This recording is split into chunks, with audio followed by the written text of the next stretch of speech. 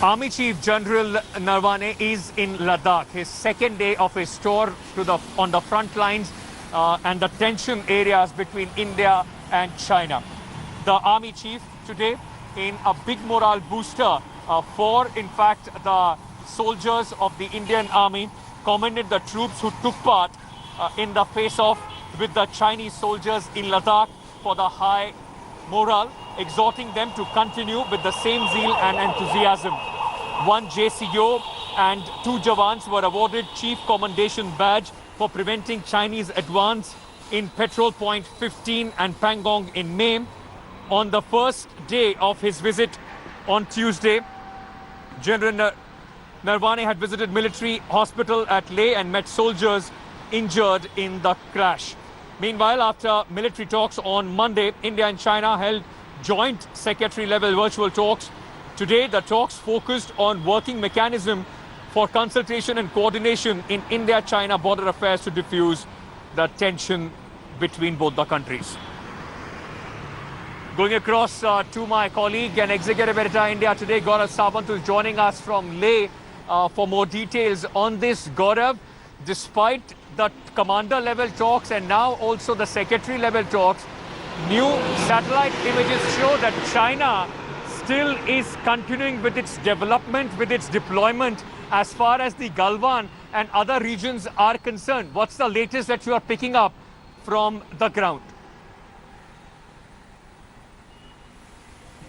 So the Chinese build-up remains a cause for concern. The areas where Chinese came in and made a track, now Chinese appear to be building a blacktop road in that area. Of course, the Indian Army is also deployed. If we were to specifically talk about the Galwan area and Patrol Point 14 and 15, well, in that area, the Indian Army, according to my sources, is well and adequately deployed to ensure that the Chinese do not transgress again, is what sources are telling India Today. But the bigger cause for concern is Chinese activities that have been noticed now in the north, close to Patrol Point 12 and 13, or areas that are known as Raki Nala and Jeevan Nala areas in the Depsang Plains. Again, while Indian Army is very effectively deployed in this area, according to sources, there has been increased Chinese movement seen all along. And Chief of the Army Staff, General Naravane, the Army Commander, Northern Command, General Y.K. Joshi, and the Co-Commander of the Fire and Fury Corps, General Harinder Singh, well, they went across this area to see Indian Army's preparedness. They complimented the Jawans for their Josh, and they gave the big shabash, especially to those soldiers, especially one junior commissioned officer and two Jawans who actively took part in that operation to push back the Chinese and ensured that the Chinese did not transgress the line of actual control. And that, Ankit, is a great morale booster for other troops who are deployed in this area, that not an inch of our territory will be ceded to the Chinese. Gaurav, stay on with me. Let me also bring in Abhishek Bhalla at this moment. Abhishek, the concern, as Gaurav says, continues to be the deployment, which is only increasing on the Chinese side. They are increasing their deployment, not only at Galwan, but also at other areas. What is the expectation of the government? Because it was very clearly in the commander-level talks was discussed that there will be now tangible disengagement that can be verified. Ankit, while the Galwan region and Pangong So continue to remain the big flashpoints, but the Chinese army is making forays into other sectors. A lot of action has been noticed. Their movements have been noticed. But as far as the Indian army is concerned, we are there as well, right at the line of actual control. It's not as if, we've been caught unawares. This has been happening, and it was expected that, there'll be deployment, enhanced deployment in days to come. And that's exactly what's happened. As far as the disengagement is concerned, there is mutual agreement that disengagement will happen. But remember, Ankit, this was done even on the 6th of June. But what transpired on the ground was completely contrary, with that ugly clash, killing 20 Indian soldiers and many others on the Chinese side. But the Chinese side never confirmed their deaths. Having said that, this disengagement can only take place in different phases in a staggered manner. It's not going to happen overnight. That's what sources are saying. But if there is enhanced troop deployment in other sectors, then obviously, a resolution is far, far away, and one can only say at this point of time that this current situation could be a long haul. It could extend for the next 2 to 3 months, but both sides would want that this should come to an end before the winter sets in, because the winter time can be extremely tough over there in those conditions. So both sides would want some kind of a resolution before that. Right. Okay, Abhishek, thank you for joining us. Gaurav, stay on with me because I just want to now play out a very, very important information that India today has access. We have access new satellite imagery, which once again shows that the Chinese have fortified, are now deploying new positions as far as this entire conflicted region is concerned.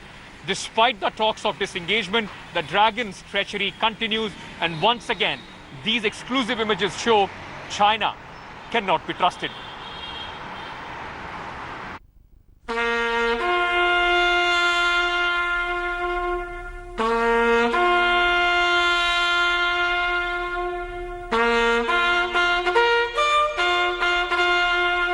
One week after they defended Indian territory with their lives, 1 week after they made the supreme sacrifice, and on the very day the two sides agreed to disengage in the Galwan Valley,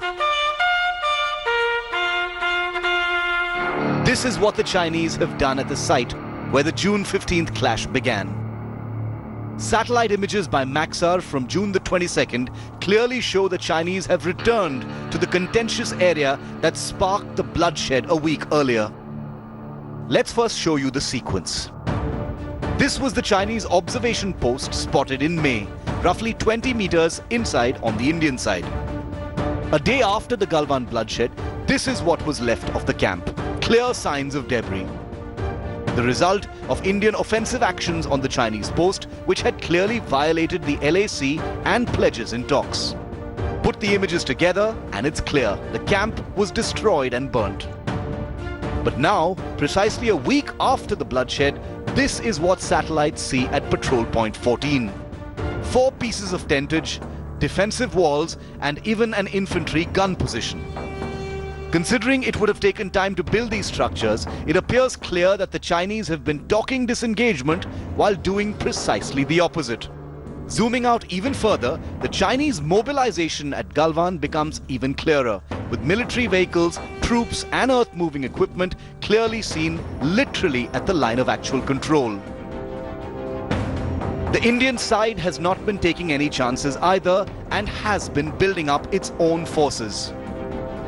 And once again, while the satellites were doing their work on the 22nd of June, it was India today that reported the reality to you first. On 22nd June, we reported how more than 1,000 men from both the sides stood extremely close to the line of actual control on the either side, separated only by a few meters. This happened days after the bloodshed in Galwan. And now, latest satellite images and inputs from the ground confirm what we reported. The question is, how did the Chinese continue the build-up when the talks between the two armies were going on? It's important to note that this was the situation on the day the Corps Commander level meeting was on. All eyes will now be on whether a pledge to disengage will follow through. With Ankit Kumar and Abhishek Bhalla in Delhi, Bureau Report, India Today. Let me very quickly get in a word from Gaurav Sawant on this. Gaurav, once again, this shows that despite the talks at multiple levels, China cannot be trusted. What is the way forward? I mean, it's not that they are following all the rules, all the ground which has been set in the commander level talks to the T. You're absolutely right. This is the second time now when at the level of commanders, when India and China were engaged, China was moving in additional troops, and this has been noticed on ground. But from what I've been given to believe, that the Chinese want a verification process. Both the Indian and the Chinese side, according to sources, are going to have a verification process. Both sides will sign off. The modalities that are being talked about between the joint secretaries in the Ministry of External Affairs and the Chinese Foreign Office is a cross-verification process, that India will cross-verify that the Chinese have pulled back, then the Indian side pulls back. Similarly, the Chinese will cross-verify in a different location that the Indian side has pulled back, then the Chinese side will pull back. So that process will be initiated, and it will be stalled if one party does not verify the other. That's why it's likely to be a very long drawn-out affair. Remember, it's not just Galwan and Pangong So, it extends across multiple sectors along the line of actual control. And Ankit, if sources are to be believed, then this could last through the entire campaign season, well into October, November, when it starts snowing heavily, and then it remains to be seen whether either side wants to stay on at these completely inhospitable high-altitude mountain deserts. Okay. Hi everyone, Preeti Chaudhary here. Hope you like this video. For latest news and analysis, like and subscribe to the India Today YouTube channel. And don't forget to press the bell icon to stay updated. Thank you for watching.